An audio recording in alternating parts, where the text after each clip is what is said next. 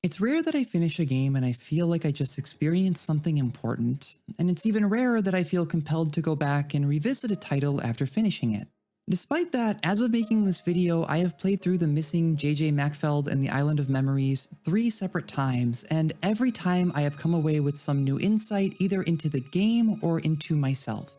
For the rest of this video, I'm also just going to call it The Missing because the title is kind of long to just keep saying over and over again. Everyone that I have talked to about this game has been impacted by it in some way, and for some people it was an upsetting experience while others might have found it uplifting or maybe even inspiring.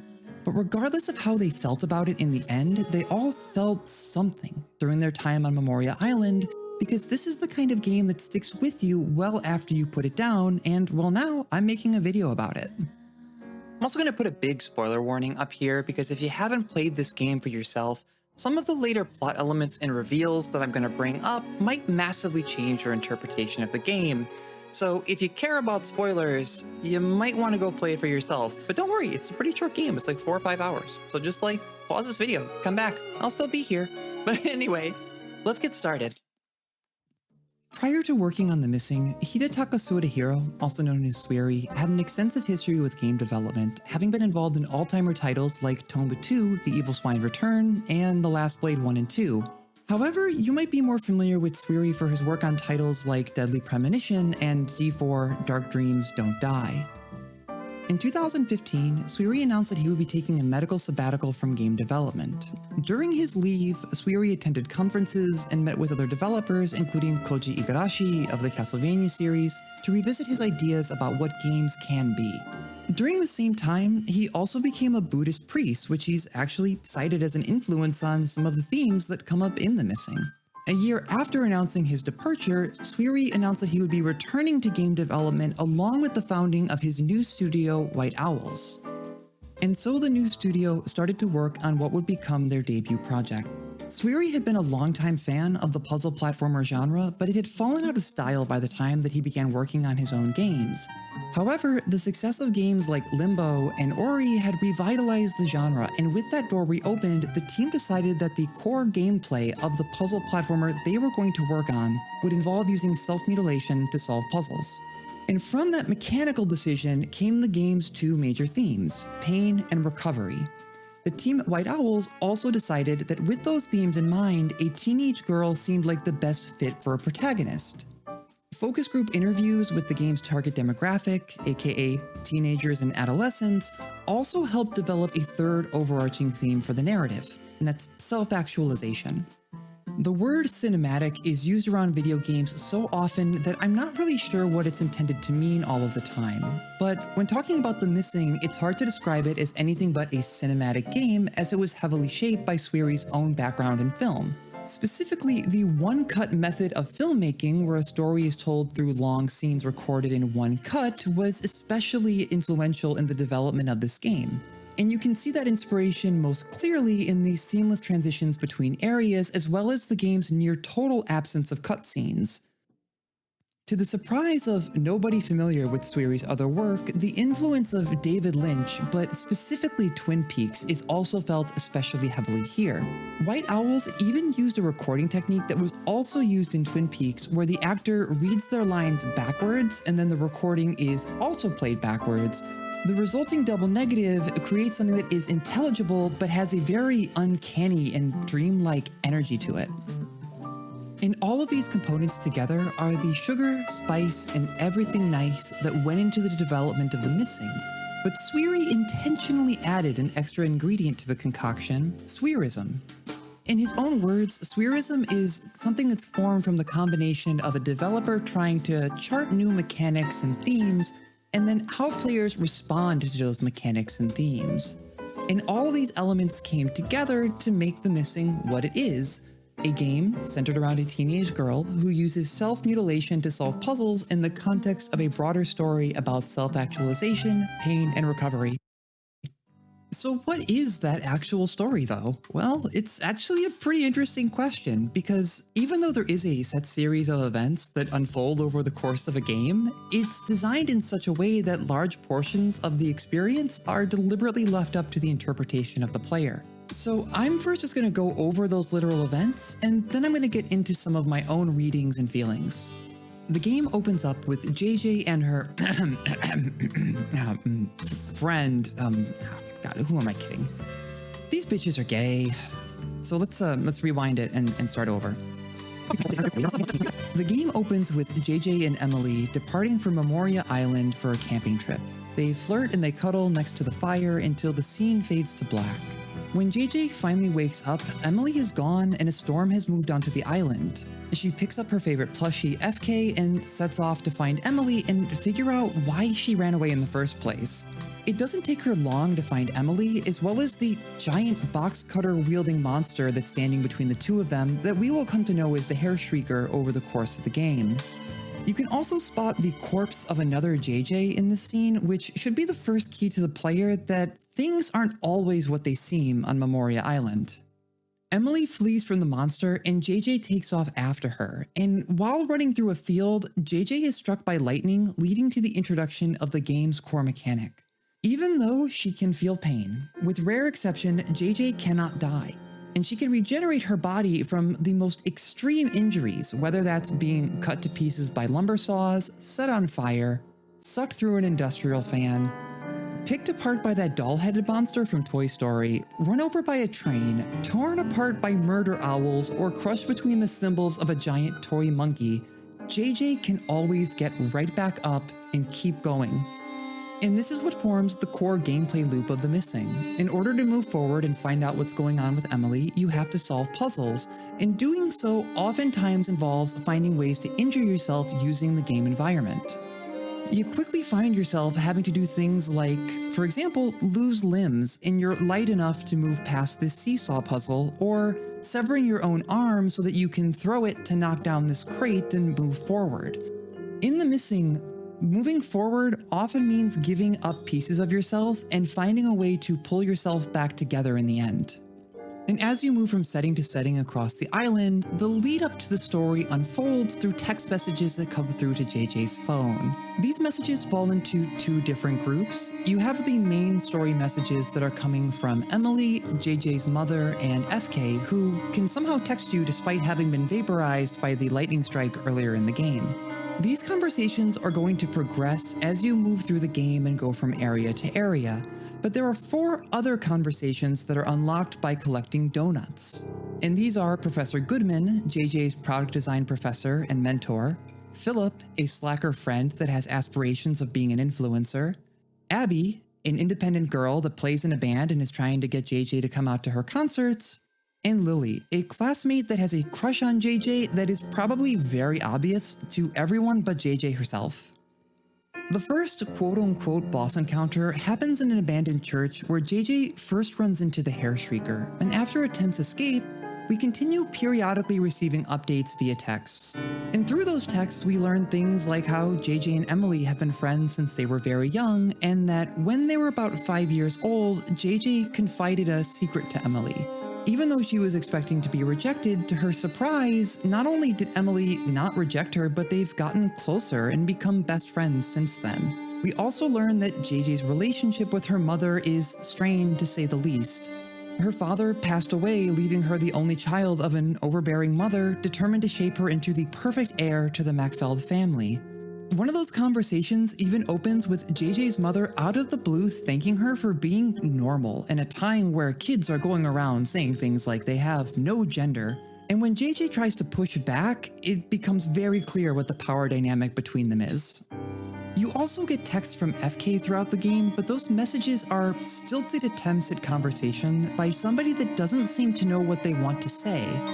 You know, the kind of messages like, "Hey, is everything okay?" To which JJ almost always responds, "Fuck no, it's not." There were also a couple of encounters with the Deer Man, who's called the Deer Man despite the fact that he's obviously a moose, but he doesn't really talk to JJ so much as repeatedly say the phrases, "administering shocks," "can you hear me," and "major hemorrhage." JJ's pursuit of Emily takes her across the island through surreal graveyards, lumber yards, highways, diners, and a bowling alley before the story finally starts to reveal itself.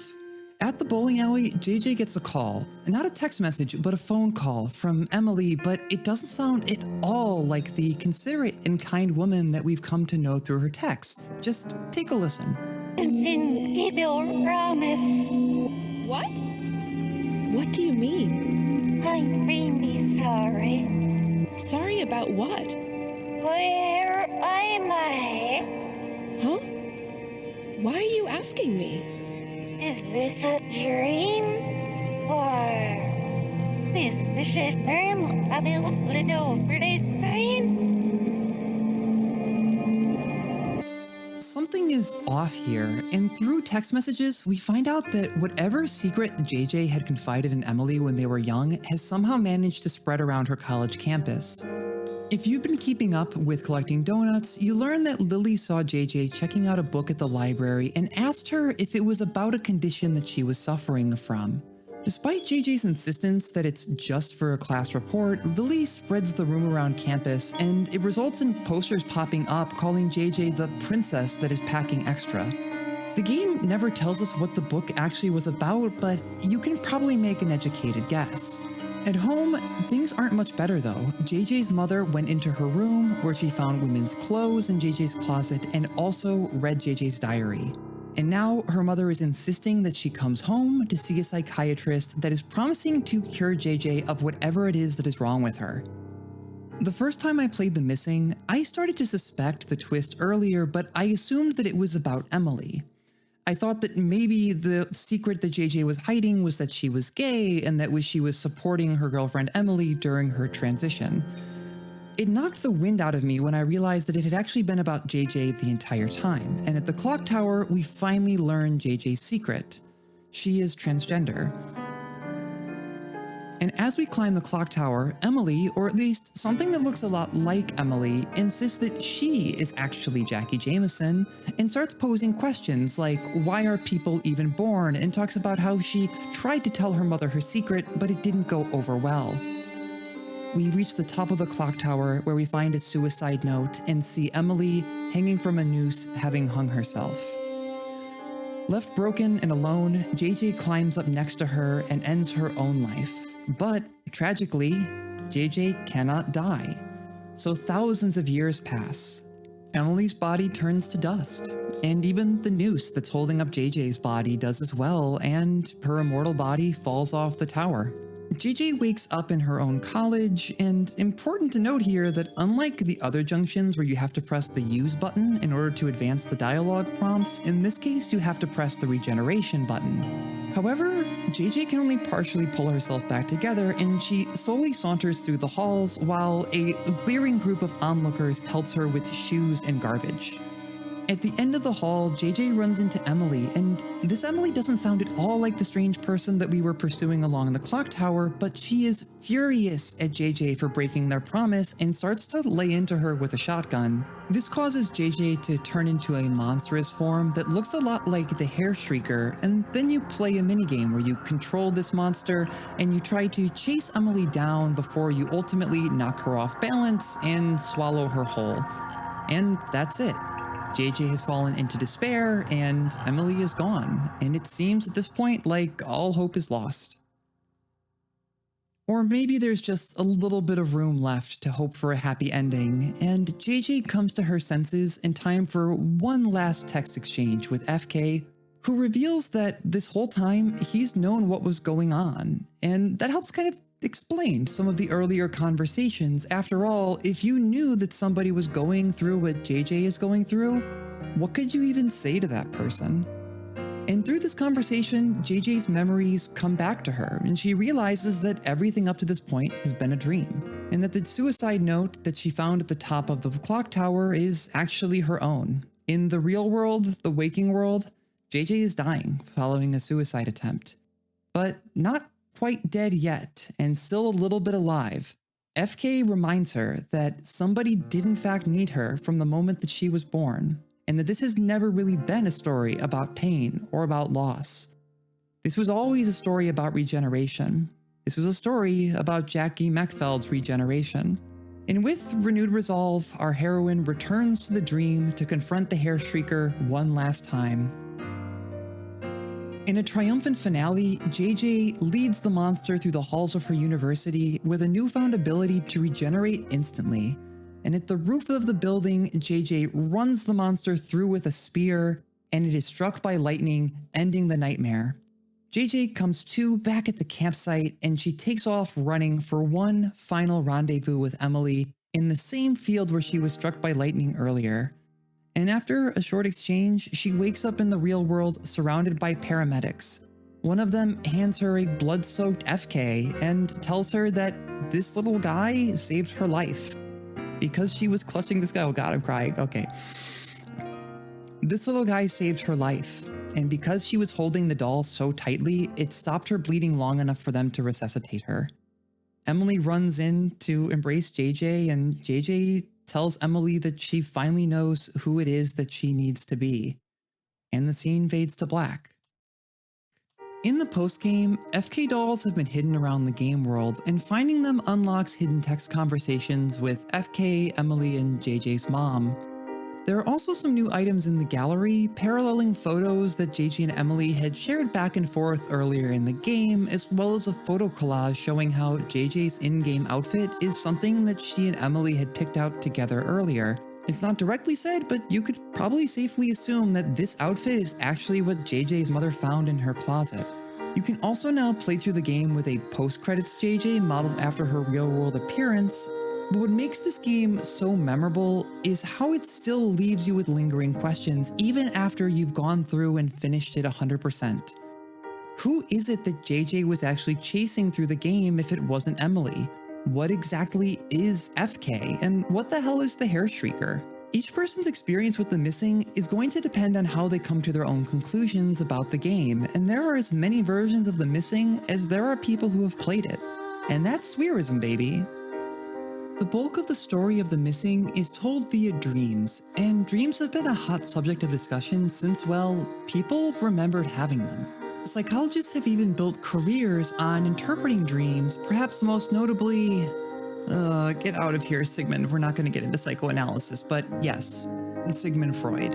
There are a lot of competing theories about what dreams are or what purpose they serve, but for this video, I'm going to take the perspective that our dreams are meaningful and that they are a way for our brain to process information.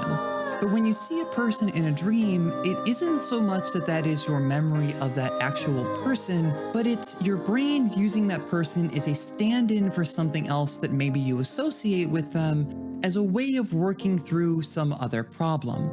If you're really interested in this stuff, I actually taught an entire Psych 101 course here on YouTube, and you can find the chapter on dreams and consciousness right down there. So let's start with the Hairshrieker. Monstrous, dangerous, and unmistakably feminine, the Hairshrieker is the only real enemy in the game. Sure, the monkeys, murder owls, and the weird doll things can harm JJ, but they're usually instrumental in solving puzzles. The Hairshrieker has only one function in the game, and that is stopping you.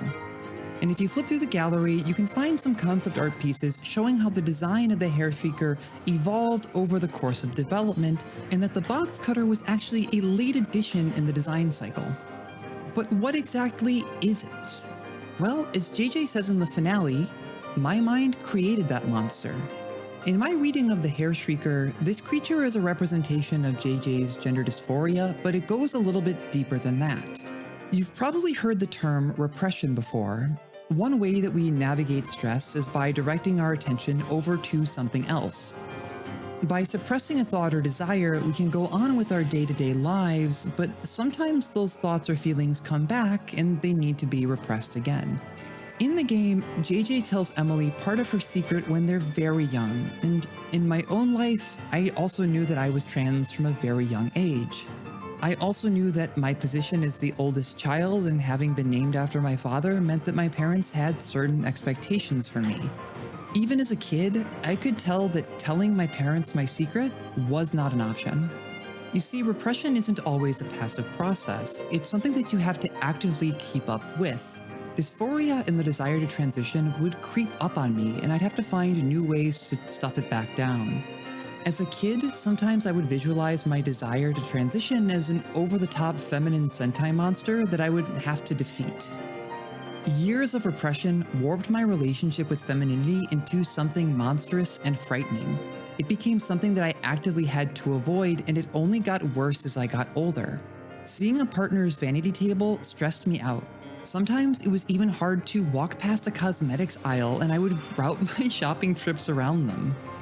I created a monster out of myself that I was constantly running from, and deep down I knew that if it ever caught up to me, if I allowed myself to lean into it even just a little bit, that I would no longer be able to go on living as the person that I was, and in a sense, I would die.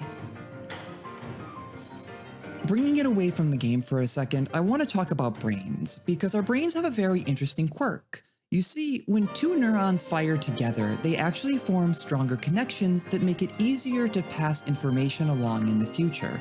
It's called neuropotentiation, and you can go check out that psych series again. There's a thing in there about that too. But in essence, as we make associations mentally, our brains reflect those changes physically. And bringing it back to the missing, you might wonder how JJ might have dealt with her dysphoria, considering that it's something that she has known about and had to deal with throughout most of her life. And looking at the Hairshrieker, you might be able to venture a guess that there is a reason that her brain has cooked up this particular image associating femininity, and the box cutter, which is often associated with self-harm. And none of this is actually said out loud in the game, but that's kind of the point. What you bring to the table as a player can enrich and contextualize how you read different parts of the game, and that's by design. And personally, with what I'm bringing to the table, the Hairshrieker works really well for me. It's effective, it's evocative, it's extremely good horror imagery, and it might just be the most memorable thing that I've taken away from the game. But there is a very close second in things that stick out in my mind when I think about this game, and that's FK. For most of my first playthrough of the game, I couldn't stand this little guy, and every time that JJ's phone would ring, I would have almost the same reaction that she would. Yap, yap, yap, ba ba ba ba ba. But by the end of the game, I loved this little guy so much that I went out and I paid a scalper for the limited run edition of this game just for the FK plushie. Like other characters in the story, the FK that we talk to in the game isn't the real FK, but it's an abstraction that's been made up by JJ's mind. It wasn't until my second playthrough before I had a solid idea of how to interpret FK's role in the story. From the conversations you unlock for 100%ing the game, we know that FK is a plush toy that JJ has had since she was 5 years old. As you'd expect, FK has been loved, torn, worn, and repaired so many times and with so many different parts that JJ doesn't even remember what FK originally was. And that image reminded me of something else, and then it clicked. To me, FK is a representation of JJ's coping skills that she's built up over the course of her life. Over time, we develop and refine a whole toolbox of strategies for dealing with the stress of, well, living. Sometimes the tools that we have just don't work and we have to develop new strategies in order to keep on going. Leading up to the events of the game, JJ has been outed at home and at school. Her mother is trying to send her to a conversion therapist, and the other students aren't doing much better. I don't know how anyone is supposed to deal with that. And if you take FK as JJ's mind trying and failing to manage all of that stress, then all of the "how are you doings" and "are you okay" messages start to make sense. What else is FK supposed to say? What else could anyone say knowing what they know? It's not until the finale where JJ reconciles with FK that she's able to actually confront and defeat the Hairshrieker as she accepts herself. And to me, this again all maps onto that idea that FK is a projection of JJ's own ability to navigate stress and trauma. And I'm curious what anyone else's interpretations might be, so let me know in the comments and all that stuff. Moving on from my own projections, I want to close this video with a spotlight on how successful the trans representation in this game is. During development, White Owl set out to include diverse perspectives in the game, and while working on the story, the team also sought out feedback from trans people and other minorities to better understand their experiences. And considering how swery games like Deadly Premonition 1 and 2 have fumbled similar material, that feedback seems to have been invaluable in telling such an effective story. Especially in the context of Deadly Premonition 2, which followed The Missing, it's important to note that there is actually no point in the story where we learn JJ's dead name. She's only ever referred to as either JJ or Jackie. Careful reminder, if you do happen to know a trans person's dead name, No, you don't. They might have even done too good of a job. There were moments in this game that felt like somebody was reading my own diary back to me, especially the text between JJ and her mother, which sometimes even brought up some evocative moments with my own parents. For example, that text about being normal brought me back to a trip where I went back to visit my own parents. Mid-conversation, my mother actually stopped when the TV flipped over to a story about Caitlyn Jenner, turned to me and said, "Gosh, I just have no idea what he thinks that he's doing." The kicker to that is that the whole point of that visit, unbeknownst to them, was to try to suss out how they might feel about my own coming out. But even though parts of the story might feel very real to some people, The Missing is still a piece of media, and there are some long-standing issues with how trans people are often depicted in media. In her book Whipping Girl, Julia Serrano centers that on what she calls authenticity. You see, when trans women have their stories told in media, it tends to focus a lot on skin-deep signals of femininity, like hair and makeup and clothes. In fact, in the book, she even talks about going to a promotional photo shoot where the photographer asked if they could take photos of her putting on makeup, like that was a very important thing that they needed to get a photo of. To her credit, Dr. Serrano denied that request. And I do wonder whether or not the same photographer would have asked the same question had they known that the person they were photographing was cis, but that's a conversation for maybe another video. And this kind of stuff is at the core of the conversation around passing. Trans women have to constantly prove their gender is real by jumping through hoops, but there's a double standard there as well. If you do too good of a job jumping through them, some feminism appropriating reactionary transphobes, or farts, might say that you're just cosplaying as an exaggeration of femininity. And placing such a heavy emphasis on outward markers of gender also means that a trans woman's femininity is something that is constantly in jeopardy, constantly being evaluated, and also something that can be taken from them. And The Missing brilliantly sidesteps this whole conversation by using the framing of a dream. For about 80% of the game, we don't even know that JJ is trans. We only come to know her as herself. You can play around with the different outfits and you can play dress up all you want, but it doesn't really change anything about her as a person and as a character. By the time that I reached the end of the game and I saw JJ's quote-unquote real body, that's what felt inauthentic to me. Even if you keep playing through the post-game and you can use her masculine appearance in-game, I didn't because it felt weird to do so, which is why you don't see it in this video because I didn't capture any footage of it. And even though the team went so far as to re-record all the voice lines in the game, the real JJ just didn't feel right to me. In some interviews, Swery has commented on his desire to use this game to show that LGBT people are just people who are defined by more than just their queerness. And again, I think the team really nailed it here. I said earlier that I was able to avoid any spoilers from my first playthrough of the game, so throughout my first walk through Memoria Island, I had no idea that I was playing as a trans person. Even the extremely obvious tells, like her thigh highs over here, went over my head completely. And even after the reveal, I didn't think of JJ primarily as a vehicle for a trans narrative. Instead, I knew her as a college student with a sweet tooth, complicated relationships, an interest in product design, and obliviousness to romantic advances. Finding out about her gender dysphoria contextualized things for me, but didn't come to define JJ for me. As Emily says in the game, JJ is still JJ. And even with all of the queer text in the game, The Missing was developed as a title for all kinds of people. Up until the reveal of the secret, the player only really knows JJ as a burnout college kid. Using the cell phone as a narrative device was an explicit idea by the team to try to get across the very relatable pressure that comes along with trying to present different parts of yourself to different people, and the subsequent questioning of which one of these people is really me. We get to know JJ in her entirety, but even Emily only gets to see part of her life and only knows bits and pieces of what she's going through in all of these other relationships. And that's something that probably everyone can relate to, but especially if you're around college age. Celeste is another game that has a similar narrative structure.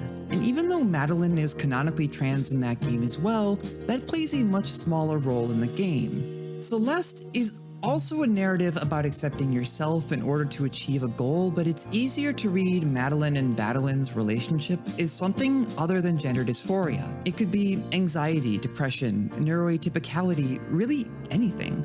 The Missing is a more rigid story, but that also becomes part of its strength as a narrative. By the time that you're done with this game, it's likely that at some point you found some part of JJ relatable. And regardless of whether or not you're cis or trans, you've probably realized that you had something in common with a trans person. In designing JJ, White Owl set out to make a protagonist for their game that people could find relatable. If players didn't feel some kind of connection to her, then the central mechanic of having to harm yourself to move forward wouldn't land. And that's because the feeling that a player has for JJ is a connection, and that connection is the foundation for empathy. And for as much as this game gets right, I think this is the point that sticks the hardest. Empathy is a powerful thing. So before I was a internationally famous content Caesar and was just a lowly grad student, I was working on my dissertation in social psychology to develop an intervention that could be delivered on the internet to try to improve people's perceptions of trans people. Not wanting to reinvent the wheel, I took interventions that had been shown to work for other groups and adapted them to be about trans people, and time again, they failed. And when they did, I would try a different one, and it would fail too. After 7 studies and thousands of participants, I came to an unavoidable conclusion. Well, 2. First, the field of experimental psychology is a house of cards built on inflated effect sizes and irreproducible research. Second, and more relevant to this video, none of these cute interventions were working at changing anyone's attitudes. However, there is a silver lining to this story, because in each study, I also asked the participant if they knew a trans person, and that one question consistently predicted more favorable attitudes towards trans people, less categorical or essential views of gender, and higher opposition of transphobic legislation like North Carolina's HB 2, which was in the news at the time. My takeaway from everything here is that no slick experimental intervention was going to be a substitute for a personal connection when it came to changing people's attitudes. The Missing is a game that presents a player with a story about a girl struggling with relatable issues and then lets you know that she's trans as a little bit of spice to the mix. Yes, she is trans, but more than that, she is a person, and hopefully a person that the player comes to feel empathy for regardless of their own gender identity. If I still had the resources, actually, I would love to do a study to see if playing this game is more or less effective at changing people's attitudes compared to all those other studies that I did. And I'd put money down to say that it probably is. All in all, The Missing is a short game. I want to say you could probably finish it in maybe 5 or 6 hours. This last run that I used to get footage was probably 4 or 5. But it's also the rare kind of game that sticks with you well after it ends. And that's what I got for this one. I hope you enjoyed the ride, and odds are that as you're watching this, I'm probably recovering from facial feminization surgery and doing my best Ava Unit 01 cosplay. I'm going to be taking a little bit of a hiatus from content stuff to recover, and maybe figuring out what I want to be doing in the future, but I hope you enjoyed this. Maybe you learned something. Maybe you cried a bit. I certainly did. Well, until next time, be nice to yourself.